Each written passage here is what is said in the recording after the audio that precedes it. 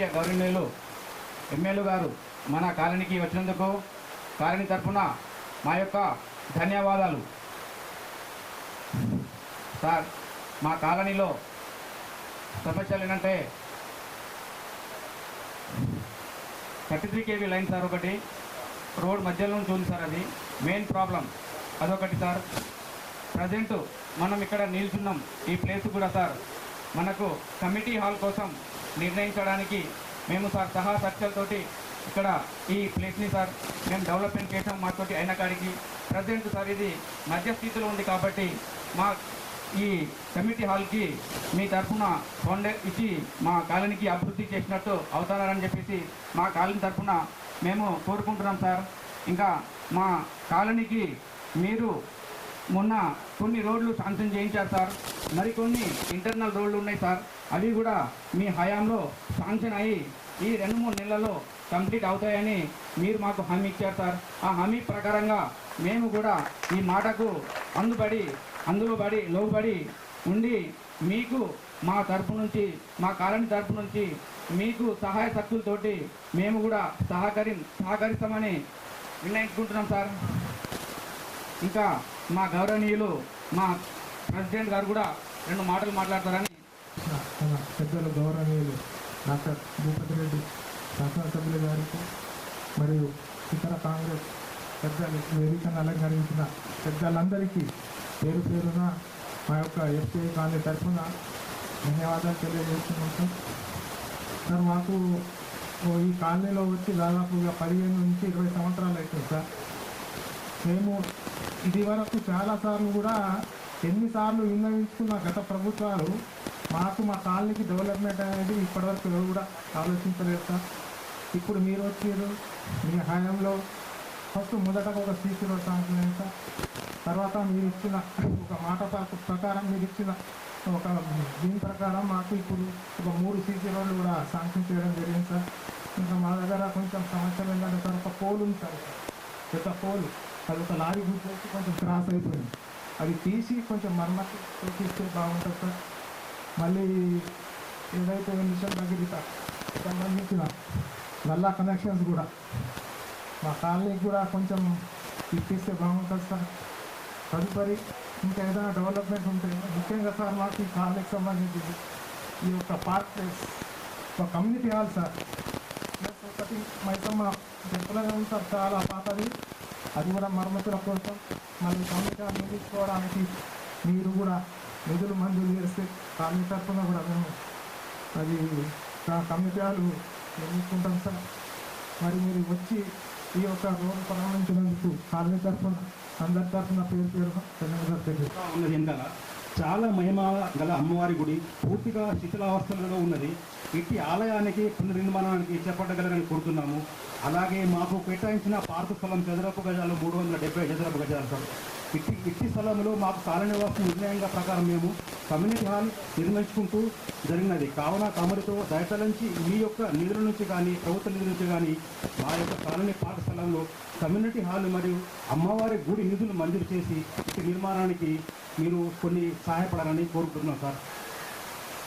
Thank you sir, thank you so much. గౌరవనీయులు వేదికలంటే పెద్దలు గౌరవనీయులు భూపతి రెడ్డి గారు, శాసనసభ్యులు నిజామాబాద్, మరియు మా అన్నగారు భూమిరెడ్డి గారు, డాక్టర్ గారు, సరస్వతి గారు, శేఖర్ రెడ్డి అన్న గారు, వాళ్ళందరికీ పేరు పేరు నమస్కారం. పేరు కొంతమంది తెలియదు, మంది అన్నిగా భావించరాదు. వాళ్ళందరికీ పేరు పేరు నమస్కారం, శుభాశిస్తులు. కాలనీ డెవలప్మెంట్ కొరకు భూపతి రెడ్డి గారు గతంలో ఎవరు చేయనటువంటి పనులు చేస్తున్నారు. చాలా సంతోషం. భూపతి రెడ్డి గారిని మేము ఎమ్మెల్యే గారు క్యాబినెట్లో చూడాలనుకుంటాం, ఆయనను క్యాబినెట్లో చూడాలనుకుంటాం. మనసా వాచ కర్మ దేవుడి వల్ల ఆయన క్యాబినెట్లో రావాలి. అందరికి అవకాశం వస్తుంది. మేము ఎందుకు కావద్దు, మేమున్నాం మీ వెనకాల. మీరు క్యాబినెట్లో రావాలి, మా కాలనీని డెవలప్మెంట్ చేయాలి. గతంలో చేశారు, ఇప్పుడు కూడా చేస్తారని ఆశిస్తున్నాను. జై శ్రీరామ్ సాయిరామ్. మున్సిపాలిటీలో భాగంగా మరియు నిజామాబాద్ రూరల్ కాన్స్టిట్యున్సీలో డివిజన్ నెంబర్ 4లో మరి అభివృద్ధి కార్యక్రమాలకి భాగంగా మీ కాలనీకి రావడం జరిగింది. నాతో పాటు వచ్చినటువంటి మన మార్కెట్ కమిటీ చైర్మన్ రంగారెడ్డి గారు, మరి పెద్దల భూమిరెడ్డి గారు, అదేవిధంగా పిసిసి డెలిగేట్ మిత్రుడు శేఖర్ గారు, మరి మన cooperative bank vice chairman Krishna Reddy garu, మరి మీ కాలనీకి అన్నీ తానే చూసుకుంటున్నటువంటి తరుణ్ గారు, అదేవిధంగా బాపురావు గారు, సురేష్ గారు,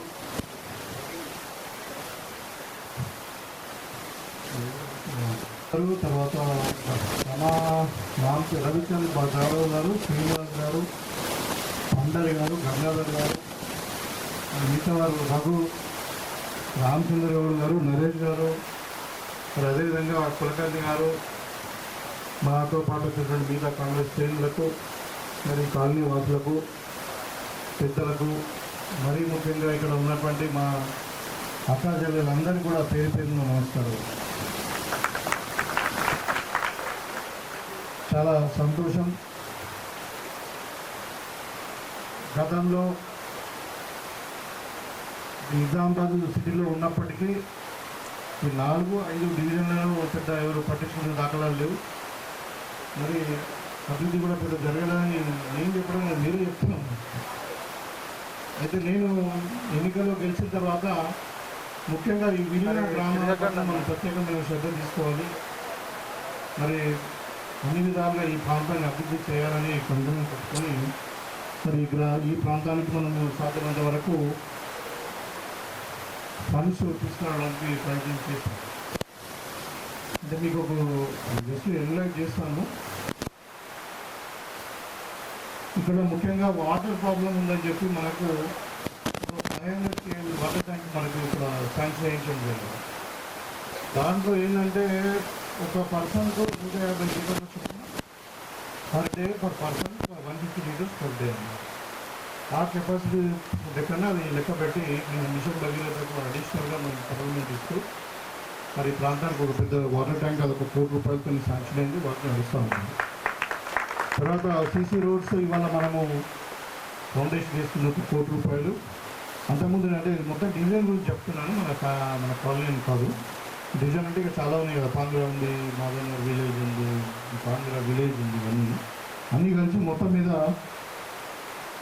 5,91,00,000 రూపాయలు, 91 లక్షలు, అంటే 6 కోట్ల రూపాయల వరకు మీ యొక్క డివిజన్ నెంబర్ 4కే నేను 2 సంవత్సరాలు తీసుకోవడం ఉండదు. చాలా రోడ్లు అయినాయి. ఇప్పుడు మాధవనగర్లో గూడెమని ఉంటుంది, కెనాల్ కట్టలు అక్కడ అయింది, క్యాన్సర్ హాస్పిటల్ రోడ్ అయింది, ఇంకా మధ్యలో రోడ్లు అయినాయి, ఇవైనాయి. అంటే ఇది హిస్టరీ. ఇప్పుడు మీకు అందరూ కూడా తెలుసు, గతంలో కేసీఆర్ తెలంగాణను పరిపాలించిన 9 లక్షల కోట్లు అప్పు చేసుకుని ఎక్కడ చూసినా అప్పే. ఒక 4 లక్షల కోట్లు ఏమో ఎఫ్ఆర్పీ అంటే RBI reserve bank of India permission చేశారు. ఇంకొక 4 లక్షల కోట్లు ఏమో బయట ఎఫ్ఆర్బీఐ బర్సర్కి దాటి బయట మనం అప్పులు తెచ్చుకుంటాం కదా, బాంబు దగ్గర అంటే తాకట్టు పెట్టే బాండ్ కేజీలు అట్లా తెచ్చారు. అది కాకుండా ఇంకో 1 లక్ష రూపాయలు బకాయిలు పెట్టుకోయింది. బకాయిలు అంటే కాంట్రాక్టర్లకు, రిటైర్డ్ ఎంప్లాయీస్కి, ఫీజు రియంబర్స్మెంట్స్కి, ఇవన్నీ ఉంటాయి కదా. మధ్య మిడ్ డే మీల్ అయ్యి, మధ్యాహ్న భోజనానికి కార్యక్రమానికి, ఆరోగ్యశ్రీ పథకానికి, స్కూల్ పిల్లలు మన కాలేజ్ పిల్లలు రియంబర్స్మెంట్ 1 లక్ష కోట్లు, మొత్తం 9 లక్షల కోట్లు అప్పు చేసుకుంది. అయినా కానీ ఈరోజు మా నాయకత్వం ఏదైతే ఉందో రేవంత్ రెడ్డి గారు, బట్టి శ్రీనివాస్ గారు, వీళ్ళందరూ కూడా క్యాబినెట్ అందరూ కూడా కలిసి డబ్బులు పైసా కూడబెట్టి మనం చెప్పినవి చేయాలి అన్న ఉద్దేశంతో కొన్ని ఇబ్బందులు ఉన్నా చేయగలిగినాం చాలామంది. ఆ రోజు మేము 6 గ్యారంటీలు చెప్పినాం. ఇవాళ ఒక పెన్షన్ స్కీమ్ తప్పితే అన్ని గ్యారంటీలు అమలవుతాయి.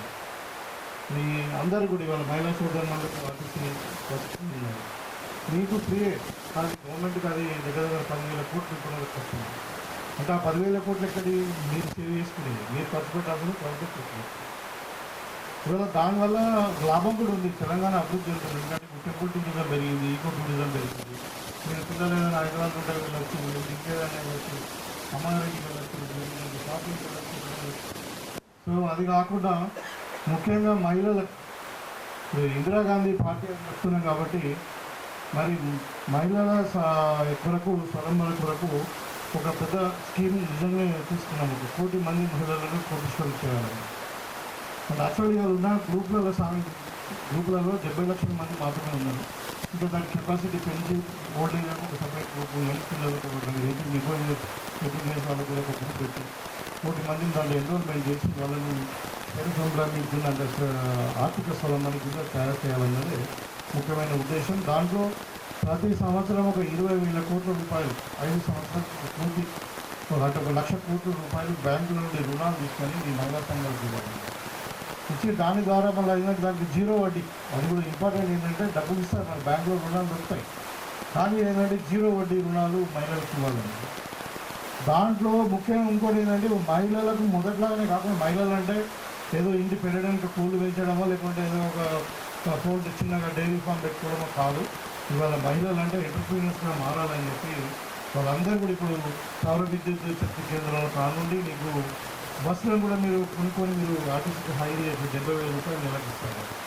పెట్రోల్ బంకులు పెట్టుకోవచ్చు, గిడ్డంగులు పెట్టుకోవచ్చు, ఏదైనా మీ వ్యాపారం మీకు ఇష్టంలో మీరు సిండికేట్ అయ్యి మీరు పెట్టుకోవచ్చు, లోన్ తీసుకోవచ్చు, జీరో ఇంట్రెస్ట్ లోన్ తీసుకొని మీరు తయారు చేసిన వస్తువులు అమ్మడానికి కూడా. ఇవాళ మన శిల్పారామం మీకు అందరూ కూడా తెలుసు, హైటెక్ సిటీ దగ్గర ఉంటుంది. చాలా కాస్ట్లీ ల్యాండ్, అది 3 లక్షల గజం ఉంటుంది. అక్కడ మనకు 4 ఎకరాలలో ప్రభుత్వం మహిళా సంఘాలకు అలాట్ చేసి మరి అక్కడ మీకు షాపులు పెట్టించారు. ఎందుకంటే మీరు తయారు చేసిన ఏదైనా ప్రోడక్ట్స్ ఉంటే బోటిక్స్ ఉంటాయి, పిండి వంటకాలు ఉంటాయి, రకరకాల మన వాళ్ళు చాలా టాలెంటెడ్ కాబట్టి వాళ్ళు ఏదో తయారు చేసింది అక్కడ అమ్మాలంటే ఇక్కడ మన నిజామాబాద్ అమ్మితే 50 రూపాయలు వచ్చారు, హైదరాబాద్ అంటే 250. కాబట్టి వాల్యూ అడిషన్ కొరకు మీ ఉత్పత్తులను ఇంటర్నేషనల్ లెవెల్లో ఎక్స్పోజర్ చేయడానికి ఒకటి మీకు కూడా లాభాలు రావాలి, అందరు కూడా తెలిసి రావాలనే దాని మీద అలాంటి కార్యక్రమాలు ఇవాళ ప్రభుత్వం చేస్తుంది. మహిళలు రేషన్ కార్డు కూడా మనకు కొంతమందికి ఉన్నాయి, ఇక్కడ కొంతమంది ఎంప్లాయీస్ ఉన్నాయి, వాళ్ళకి రేషన్ కార్డు లేకపోవచ్చు. కానీ రేషన్ కార్డు కూడా ఇంతమంది ఇంటి యజమాని ఎవరు ఉండే, భర్త ఉండే. ఇంటి యజమాని అంటే పేరు ఎవరు ఉంటుండే, భర్త పేరు ఉంటుంది, భర్త కాదు భార్యనే ఇంటి యజమాని. రేషన్ కార్డు తీసుకుంటే అంటే ఇవాళ ఇందిరామ్మ ఇల్లు ఇస్తున్నాం, అక్కడ కూడా ఇందిరామ్మ ఇల్లు మహిళలకు ఇస్తున్నారు. అంటే నేను చెప్పదలుచుకునే ఏంటంటే మీరు అందరూ చదువుకున్న వాళ్ళు విద్యులు అంటే ప్రభుత్వం యొక్క ఆలోచన ఏముందంటే మహిళలు సడన్గా సెల్ఫ్ రిలయంట్గా ఉండాలి, వాళ్ళ భర్త మీద లేకపోతే ప్రజల మీద లేకపోతే పిల్లల మీద ఆధారపడకుండా ఏదైతే సేఫ్ కాకుండా మీ దగ్గర ఉంటే. ఎందుకంటే మహిళ అంటే చాలామంది హౌస్ వైఫ్స్ అంటారు, హౌస్ వైఫ్ హోమ్ మేకర్స్ అంటే నిజంగా ఇల్లు ఏదో వాళ్ళు కాబట్టి వాళ్ళ చేతులకు డబ్బులు ఉంటే ఇంకా ఇల్లు ఇంకా లోకా లేదు. కాబట్టి ఆ ఉద్దేశంతోనే మహిళలు పెద్ద పెద్ద వేస్తుంది ప్రభుత్వం. తర్వాత ఇక సరే అగ్రికల్చర్ వైపు ఒక సైడ్ ఎడ్యుకేషన్ కూడా రివాంపింగ్ జరిగింది.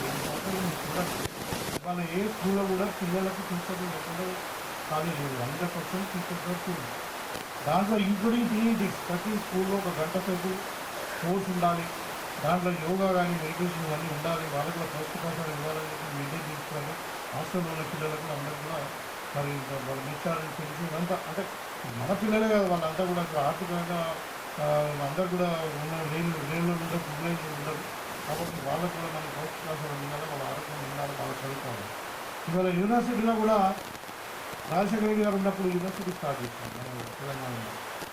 10 సంవత్సరాలు ఒక బీసీ వైస్ ఛాన్సలర్ కూడా పెట్టుకోలేని పరిస్థితి ఉంటే ఇవాళ వైస్ ఛాన్సలర్ ఫుల్ టైం ఉన్నాడు. ఇవాళ మనకు ఇంజనీరింగ్ కాలేజ్ వచ్చింది, ఇలా ప్రభుత్వ ఇంజనీరింగ్ కాలేజ్ లేకుండా ఇవాళ నేను వచ్చిన తర్వాత ఇంజనీరింగ్ కాలేజ్ వచ్చింది, ఇవాళ అగ్రికల్చర్ కాలేజ్ వచ్చింది. ఇవాళ అక్కడ ఒక ఇండోర్ స్టేడియం, ఒక సైన్స్ ల్యాబ్, ఒక 100 కోట్లతో వర్కులు నడుస్తాను. అదే అంటే ప్రభుత్వం యొక్క దృక్పథం నేను చెప్తాను. ఇవాళ పిల్లలు చాలామంది మన పిల్లలందరూ కూడా తప్పుగా పడుతున్నారు, డ్రగ్స్ వైపు మరుగుతున్నారు అని చెప్పి ఒక లీగల్ అనే ఒక వ్యవస్థను ఎస్టాబ్లిష్ చేసి ప్రతి ఆర్గనైజేషన్లో అది ఆఫీసులు కావచ్చు, కాలేజీలు కావచ్చు, స్కూల్స్ కావచ్చు, దేంట్లో కానీ ఎక్కడైనా కానీ డ్రగ్స్ అమ్మితే ఈవెన్ అవసరం ఉంటే యాజమాన్యాల మీద కూడా కేసులు పెట్టే విధంగా ఒక చట్టాన్ని తీసుకొచ్చి స్టోర్స్ ఎక్కడికి వస్తున్నారు, మహారాష్ట్రలో వస్తే అక్కడక్కడ చేసి ఇక్కడ కూడా డ్రగ్స్ వైపు పిల్లలు మళ్ళకుండా వాళ్ళకి స్పోర్ట్స్ వైపు మళ్ళాలని చెప్పి ఇవాళ మన స్పోర్ట్స్ మీకు తెలిసి ఇవాళ సీఎం కాక నడుస్తూ ఉంది. అంటే ఇంటర్ స్కూల్ కానీ ఇంటర్ మండలం ఇంటర్వ్యూ చేసి ఇట్లా డిస్ట్రిక్ట్ లెవెల్ మండల లెవెల్లో తీసుకొని అందరూ కూడా ఉద్దేశం ఏంటంటే ఆరోగ్యవంతమైన తెలంగాణ ఉండాలని. కాబట్టి ఇలా స్పోర్ట్స్ యూనివర్సిటీ కూడా ఒకటి పెట్టుకుని యూనిక్ 1 ఆఫ్ దిస్ కైండ్. మన ఒక హర్యానాలో ఒకటి ఉన్నట్టు దేశంలో 2వ స్పోర్ట్స్ యూనివర్సిటీ మన తెలంగాణలో ఉంది. తర్వాత చదువుకున్న పిల్లలకు కూడా చాలామంది అందరూ కూడా ప్రతి ఇంటికి ఒక ఇంజనీర్ తయారైంది. రాజశేఖర రెడ్డి గారు పుణ్యమాని వారు అది ఫీజు రియంబర్స్మెంట్ అని పేదవాళ్ళు కూడా చదువుకుని కూడా ఇంజనీర్ అయితే వాళ్ళకు ఉద్యోగులు వస్తారు. అదే డిగ్రీ ఉంటే సరిపోదు, స్కిల్ ఉండాలి, వాళ్ళకు స్కిల్ ఉంటేనే నైపుణ్యం ఉంటేనే మనకు ఉద్యోగం వస్తాయని చెప్పి జాబ్ ఓరియంటెడ్ కోర్సెస్ ప్రవేశపెట్టి ఇవాళ స్కిల్ యూనివర్సిటీ ఒకటి పెట్టాను. ఇది 1 of its kind in the country. దానికి ఆనంద్ మహేంద్ర గారిని వైస్ ఛాన్సలర్ పెట్టి ప్రైవేట్ పబ్లిక్ పార్ట్నర్షిప్లో 100% జాబ్ ఓరియంటెడ్ కోర్సెస్ వాళ్ళు పెట్టారు. అంటే నేను ప్రభుత్వమే కావాల్సిన చదువుకున్నా కాదు, వాళ్ళ పిల్లలకు ఉద్యోగాలు ఇవ్వాలి. మన యంగ్ ఇండియా ఇది 40% మంది పిల్లలని వాళ్ళకు ఉద్యోగాలు వస్తే కానీ వాళ్ళ కుటుంబాలు బాగుపడాయని చెప్పి ఈ విధంగా అంటే పిల్లల సైడ్ ఆలోచించి రైతుల సైడ్ ఆలోచించి మహిళలు సంపూర్ణంగా ఒక సమగ్రంగా తెలంగాణ నంబర్ 1 రాష్ట్రంగా మార్చాలన్న ఆలోచన ఏదైతే మా ముఖ్యమంత్రి గారికి ఉందో దాన్ని మీరు చెప్పదలుచుకున్నారు. ఇవాళ మీరు చూడండి, ఇలా గ్లోబల్ సిటీగా ఎదగబోతుంది హైదరాబాద్. మరి హైదరాబాద్ ఎదిగితే సరిపోతుందా? మరి నిజామాబాద్ ఎదగద్దా? మరి నిజామాబాద్లో ఏం జరిగింది గత 20 సంవత్సరాల నుంచి మీరు చూడండి డెవలప్మెంట్. ఇవాళ బీజేపీ వాళ్ళు మాట్లాడుతూ ఉన్నారు, మేము ఇద్దరు పేరు మారుస్తామని. పేరు మారిస్తే మనకు అభివృద్ధి అవుతుంది వారు అడిగిరా? నిజామాబాద్లో మనకి ఏమైనా అధ్యక్షులు ఉందా? అంటే లేనిపోయి ఉన్నాయి లేని కొట్లాటలు పెట్టి గెలిపి అయ్యం పెట్టేది తప్పితే ఇంకా ఆయన ఇంకోటి మాట్లాడతాడు, షబీర్ అలీ కొడుకు మేయర్ అవుతాడు. ఆయనకి ఇక్కడ లేనే లేదు, ఆయన ఓటక్కే లేదు. అంటే మాట్లాడితే పచ్చబదలు ఎంతకు ఏదో ఒక మతాల మధ్యన చిచ్చు పెట్టి ఏదో ఓట్లు దండుకోవాలని తప్పితే ఇవాళ నిజామాబాద్కి ఏం కావాలండి? నిజామాబాద్కి ఒక కొత్తగా మాస్టర్ ప్లాన్ కావాలి. ఆధునిక నిజామాబాద్ మన నిర్మాణం మనకు అవసరం ఉంటుంది. పెద్ద పెద్ద రోడ్లు, డ్రైనేజ్లు, మనకు మంచి ఒక కొత్త బస్ స్టాండ్, ఎలక్ట్రానిక్ బస్సులు, సిటీ బస్సులు కావాలి. మనకు ఒక రింగ్ రోడ్ కావాలి. మన నిజామాబాద్ ఒక స్మార్ట్ సిటీగా మార్చుకోవాలి. అది మనం కోరుకునేది. కానీ పేరు మార్చి ఎవరో పెట్టిండ్రు అయిపోయాది. గతం మనం మార్చలేం కదా. భారతదేశాన్ని ఇండియా అవసరం లేని తెలిసి దేనిపోయిన అబద్ధాలు మాట్లాడే పరిస్థితిలో ఇలా బీజేపీ వాళ్ళు ఉంది. ఎందుకంటే 12 సంవత్సరాలు అయితే మోడీ గారితో మీరు అడగండి, ఎవరైనా బీజేపీ 12 సంవత్సరాలు ఏం చేశారో చెప్పానండి. నేను చెప్తాను, మా ప్రభుత్వం వచ్చి 2 సంవత్సరాలు అయింది. 2 సంవత్సరాలు నిజామాబాద్కు మనకు నిజామాబాద్ మన రీజనల్ ఏం చేస్తామో నేను చెప్తాను. వాళ్ళు 12 ఏళ్ళు అధికారం వచ్చి 60 గారు 7 ఏళ్ళు 8 ఏళ్ళు అవుతుంది. 8 ఏళ్ళు ఏం చేశారో చెప్పాను. అంటే ఈ విధంగా వాళ్ళు అబద్ధాలు మాట్లాడి వీళ్ళు యాక్చువల్గా చెప్పాలంటే కొంచెం విగరంగా మాట్లాడాలంటే ఇలా దేశం అమ్మేస్తుంది.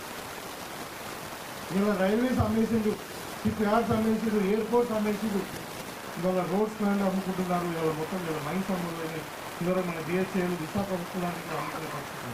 ఎవరు అమ్ముతున్నారు? మోడీ గారు అమ్ముతున్నారు, అంబానీ గారు కొంటున్నారు. ఇద్దరు గుజరాత్లు కొంటున్నారు, ఇద్దరు గుజరాత్లు అమ్ముతున్నారు. మన అతను ఆలోచన చేస్తే దేశ సంపద సృష్టించింది ఎవరు? ఇవాళ దేశభక్తి గురించి మాట్లాడేది వాళ్ళకుండా హక్కు. దేశం కొరకు పోరాటం చేసింది ఎవరు? కాంగ్రెస్ పార్టీ. దేశానికి స్వాతంత్రం తెచ్చింది ఎవరు? కాంగ్రెస్ పార్టీ. దేశం కొరకు జైలుపోయింది ఎవరు? మహాత్మా గాంధీ గారు జైలుపోలే. ఇవాళ మహాత్మా గాంధీ గారి పేరు, మహాత్మా గాంధీ లాంటి వాళ్ళ పేరు తీసుకునే ప్రయత్నం చేస్తాను. రూరల్ ఉపాధి, గ్రామీణ ఉపాధి పథకాల కింద మహాత్మా గాంధీ పేరు కూడా కనిపిస్తుంది. ఇవాళ మహాత్మా గాంధీ గారి గాడ్సే గొప్పడు అనే పరిస్థితికి వచ్చింది. ఇవాళ అంటే దేశం లేదు, ఎవరైనా ఒక బీజేపీ నాయకుడు జైలు పోయినా దేశం కూడా ప్రారంభించింది. నేను కాంగ్రెస్ చెప్పే 50 మంది చెప్తాను. ఇవాళ తెలంగాణ ఇచ్చింది కాంగ్రెస్ పార్టీ. అంటే చరిత్రను వర్గీకరించి ఏదో ప్రజలను తప్పుదో పట్టియాలని ప్రయత్నం చేస్తుంది. ఇవాళ ఇంకా దురదృష్టం ఏంటంటే టీఆర్ఎస్ బీజేపీ ఒకటైంది.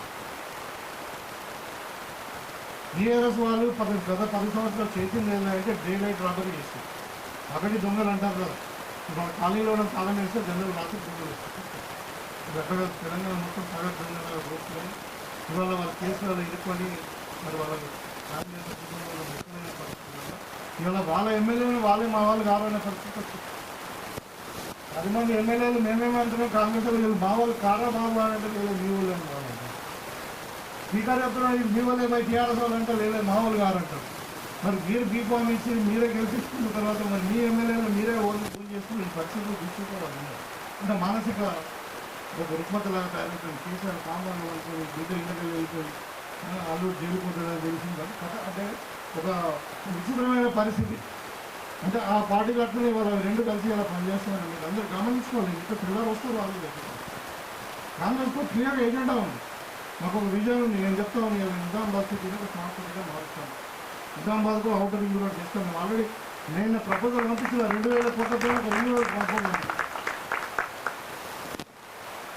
నిజామాబాద్కు ఒక మంచి బస్ స్టాండ్, ఒక 10 ఎకరాలు, ఒక స్పోర్ట్స్ కాంప్లెక్స్ కూడా మనకు శాంక్షన్ నేను ప్రపోజల్ వచ్చింది. ఇవాళ ఆ పిల్లలు ఆడుకుందామంటే మనకి స్పోర్ట్స్ కాంప్లెక్స్ లేదు. రవి కావాలి కానీ ఎంతకు ఇవాళ శ్రీరాముడి గురించి మనం నేర్పుతారా? మన అమ్మ ఎప్పుడో నేర్పింది మాకు చిన్నప్పుడు. అంటే మనం కొత్తగా మనం చేపపిల్లలు గారు మనం హిందూ మతంలో పుట్టినాం. నీళ్ళలో పుట్టిన చేపపిల్లలకు ఇంకా నేర్పాలా? అంటే మనం రాముడి గురించి, కృష్ణుడి గురించి బీజేపీ వాళ్ళు లేకపోతే గుజరాత్ మనం నేర్పాలి.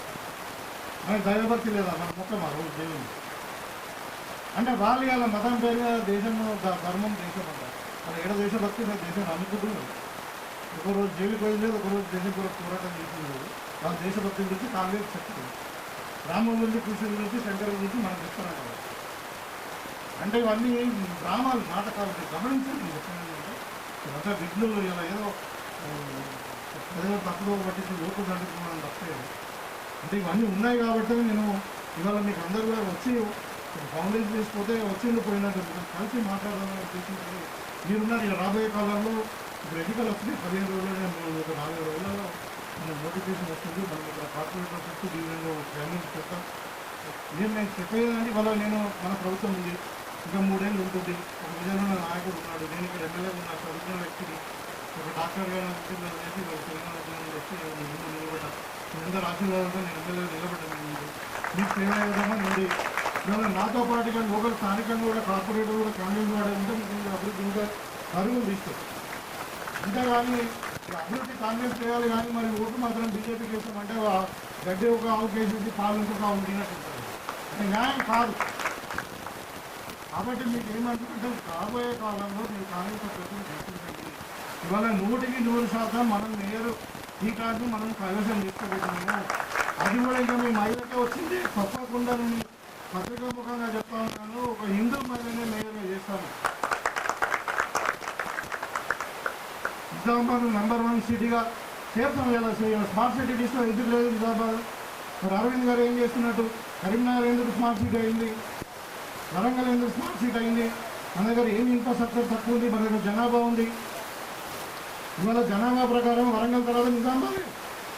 మరి ఎందుకు స్మార్ట్ సిటీలో చేర్చలేకపోయిండు?